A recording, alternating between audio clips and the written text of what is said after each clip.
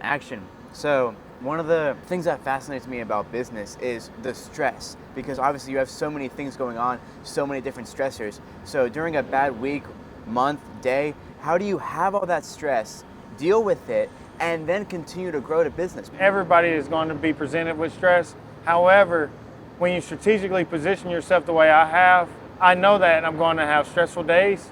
So the days that aren't stressful, I continue to tell myself, I'm so happy. I'm so happy. That way, when I'm presented with a bad day, I can still make sure I can still find a way, because I have made it such a habit that every day I tell myself, I'm so happy. I'm so happy. So when I have a bad day, it doesn't affect me as bad. And I learn to move forward from it a lot faster.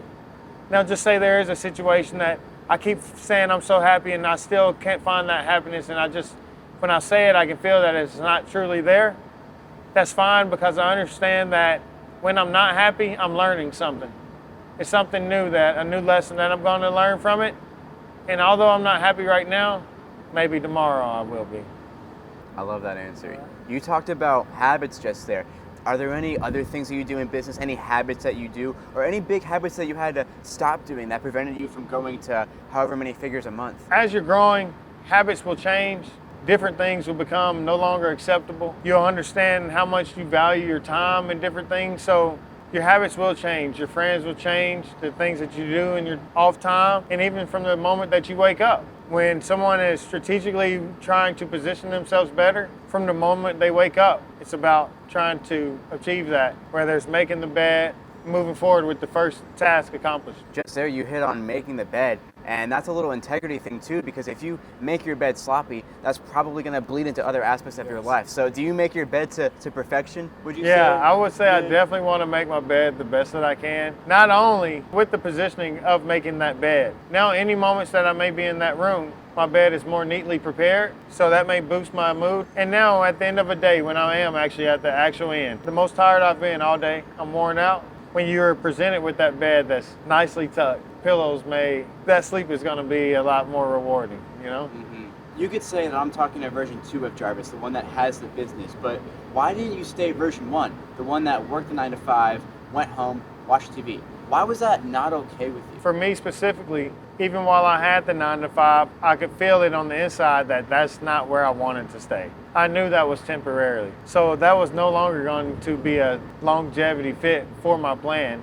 That's where I started strategically trying to position myself out of that situation. The way that you grow your success now is completely different than the way that you started. How did you grow your success in the first year, the first few months, and what was that like for you? When you're starting from nothing, success doesn't have to be as exponential as someone who's been in business for 10 years. Success could be making $10,000 where you normally make $1,000 or $2,000. That's huge success. So it's going to be celebrated and looked at differently throughout the growing period. And if you'd ask me now, if I look at the numbers that were done the first year of business, those numbers now I look at and I say those are unsuccessful numbers. However, during that time, those numbers still were able to help me and provide and get me through. If I did not achieve great financial success during that time, even the lessons of not making much and even starting the business and the humbling experience of the fails and the mess ups and all that's part of the growth equation, and I wouldn't subtract that out for no cost. Those lessons are priceless. Correct me if I'm wrong, but you have this thing where if somebody wants to do something out of state, you charge 6 figures for that. And I'm not Jarvis, I don't know, but to me, that almost feels like imposter syndrome, almost. So how do you charge that much? That comes with over time of learning what your value is and what you present yourself at. Sometimes I may give a bid and just say if it's in California for 6 figures and it's a very small job. However, I think about being away from my family, driving across the country with my equipment, risking everything I have to make that happen. So that's what seemed to work out and be fair based off the time of what I could work if I continue to work right down the road from my own home. That's what it would take. But it's more important than that being there. It's very important that I was able to determine what it would cost and what would be my minimum, because that's something that people should think about what is their minimum that they're willing to accept for what they're able to do. You just mentioned risk in there, and that's not even something I thought about. I guess when you're doing something down in Alabama, it's 2 hours away.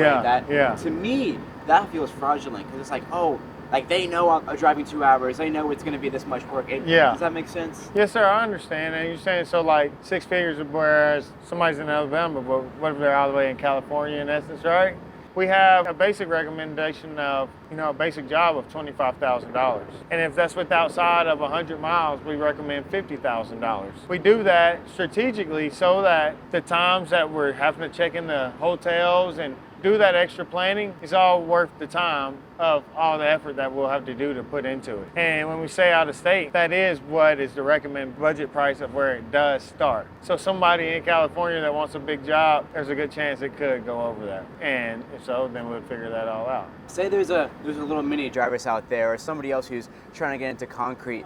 They don't know where to start, or maybe they need advice from you. What would you tell a younger Jarvis trying to get into your industry? I would tell myself to make sure I spend plenty of time in front of the mirror and figure out myself, because that's who is presenting the business. If I'm some bad guy presenting this greatest business in the world, that business is still not going to be well. However, if I structure myself in the right manner and now present the business, it has so much more trust, it has so much more respect, and it's going to gain so much more traction just for being established strategically first. How was your business between when you didn't do that and now that you do, and how does that, can you see the difference now? So most definitely. So before I started looking in the mirror, I didn't really present myself. Yeah. I presented the business. Now, after much time in front of the mirror, as we would call it, now I present myself, which presents the business. How did you come to that conclusion that that's something that you had to do, from pivoting from representing the business to representing yourself?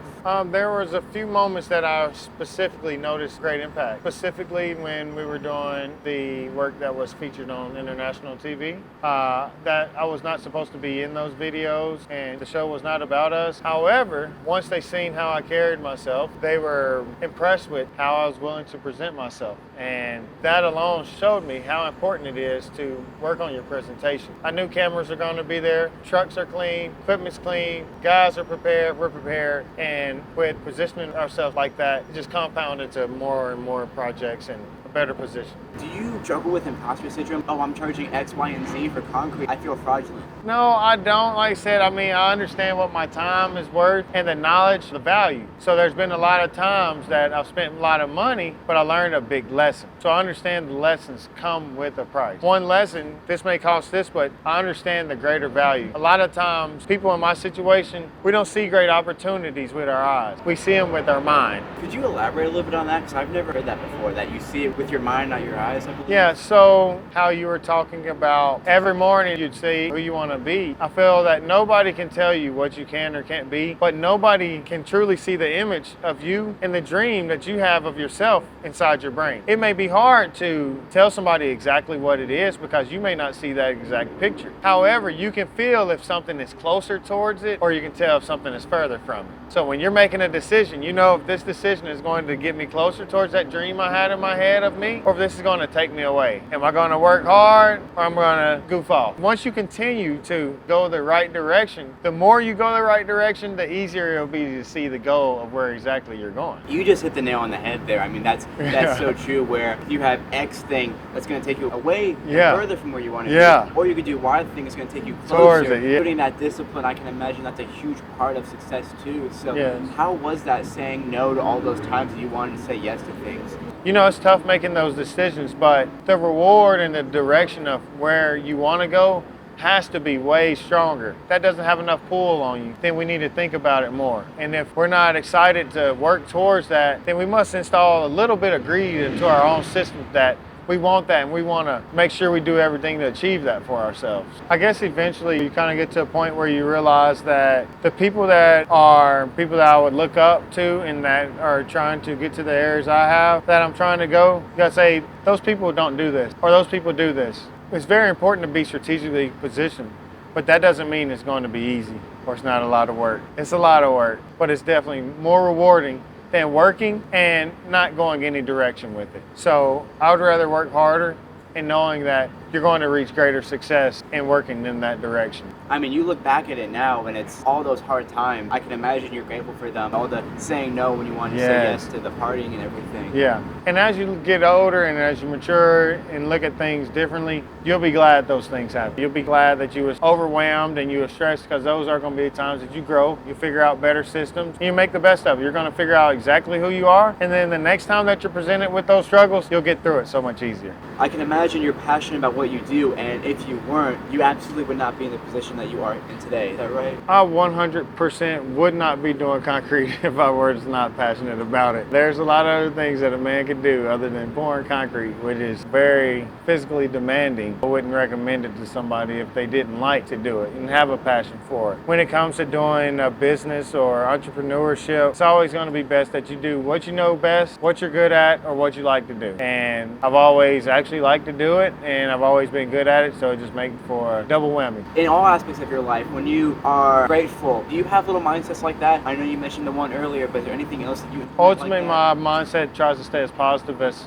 possible. Any negative, that's definitely not going to be my first thought within a situation. If I'm presented with a problem, instead of thinking of the first negative about it, I'm going to immediately go into recover mode and think of the first positive to figure out a way out of it. I don't do good with negativity. I just like to carry a very positive mindset. Or road rage. You could look at somebody cutting you off, and that could ruin your day. Oh, this person XYZ, but if you look at that, oh, maybe they're in a rush. Oh, maybe whatever. So, and then it completely dissipates. In that same situation was if somebody cuts me off and then they road rage, there's no reason to road rage there over a situation that could have possibly happened. The roads are big. I'm the type, I'll scoot over a little bit. There's no reason for it. That could be somebody's grandmother. Or it could be somebody's 15, 16-year-old son or daughter. Ultimately, when those things are arriving, that's where the positioning isn't quite correct. Because if I'm road raging from somebody getting over on their lane too much, technically I have a problem within that I need to possibly check. I shouldn't be getting that upset over something that minimal.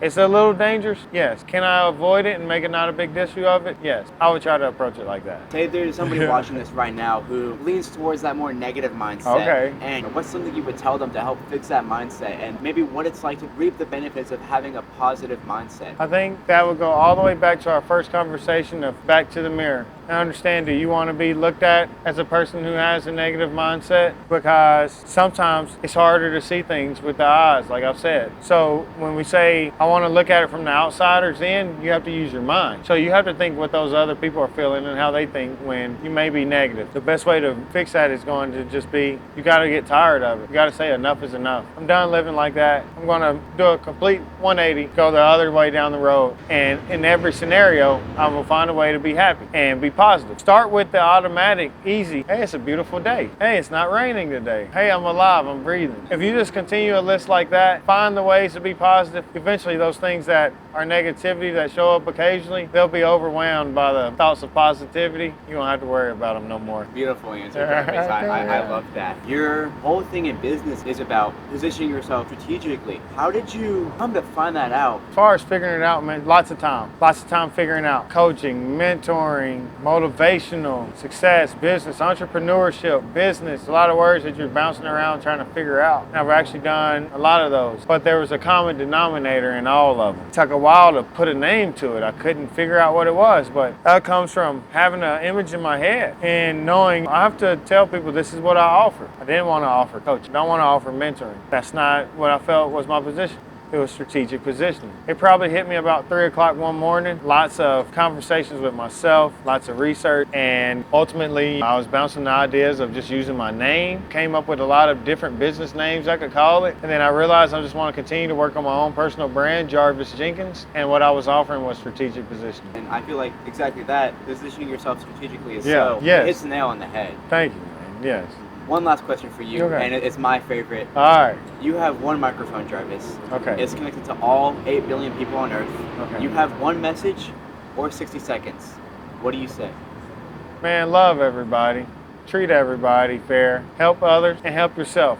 Become the best version of yourself to help others. Learn yourself. Look into learning how you react, how you move, how you operate, what you think, how you feel, how you dress. Focus on those things. Work on yourself just as much as you're working on your job, if not more. Work on yourself, look in the mirror, and become exactly who you want to become. It's incredible, Jarvis. Sure. I appreciate your time. Thank you, Jay. Most definitely, man. I appreciate you, buddy. It's incredible, man.